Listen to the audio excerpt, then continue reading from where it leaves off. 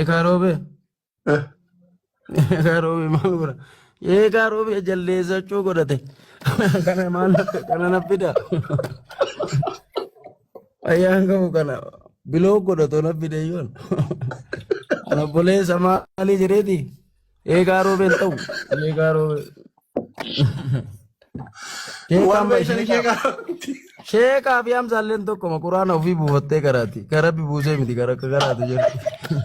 Uumaa buufatte. Akkuma beektu simarratti haa karamu malee hambira hin jiru lakki.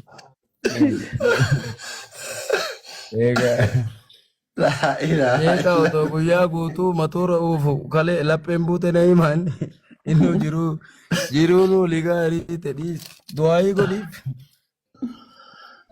Nutu isifte amma sheekaa inni shaafidee karriira nu dhaaba rabbiin nu erge.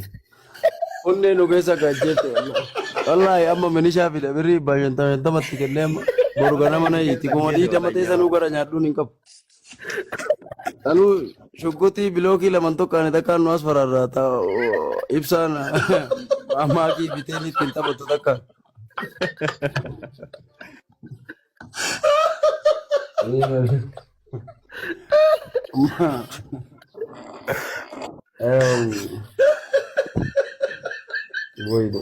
Aku ni dapat je.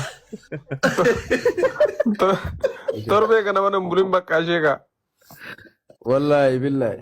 Karena onni na keessa ajjeesee ribsishaa sheekaan barani boyta qama eegaru marqanee galaan raammoyyuu rabbi ajjeesee rabbi na gaafate jedhee cammaa baafadhee gala kaasaan nyaata naa kenniti jaartiin isaa shuggutii xarapheessa irra kaa'ee mee nyaata nyaadhamoo shuggutii sallaala onnee nu keessa ajjeesee shuggutii ijoollee wayita iidaa bitattee wannoo gootu saniin namas fararraa oolaa. Lakki waan naa qabu rabbiin naa qabu ammayyaa ba'a malee kana cinqamaan oolu biyyummaa ba'a. Altorin na cinqan ummata kan manna mantara doon. Wallahi Rabbi ira gara garana dhukkube wallahi. Wallahi asli rakkoo keessa iraara ne atin qalladdaa miti ati. Ani kuma diidama miti birrii kee ne ziigaa manam malfallugoom la birra biyya ira lamma yoro dhugaa jirtu haasa'ani gilxene ndamuudee no munoro kamaannam gaa alin lamammatam nama na kabajin kabaja yaalaa kabbaraisu alaa kabram birra igaza nyimmani.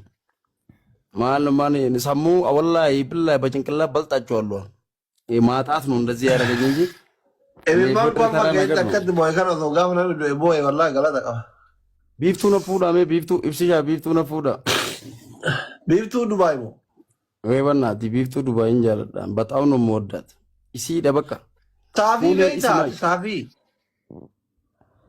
አምቢፍቱ wallahi chikala mana keessa dhaabee ufidee aaraasaati si ilaalaa oola malee an biiftuu ane to baaganyyaata uuzu billah maalta biiftuun bara wannoo jala wannoo miti ammeettee jilaati maka istinjaa mirindaan deemti ka dhuudu juusiidha matbalaa udanaa nagar mallabsoo mirxa mirxa biraande auzu billahi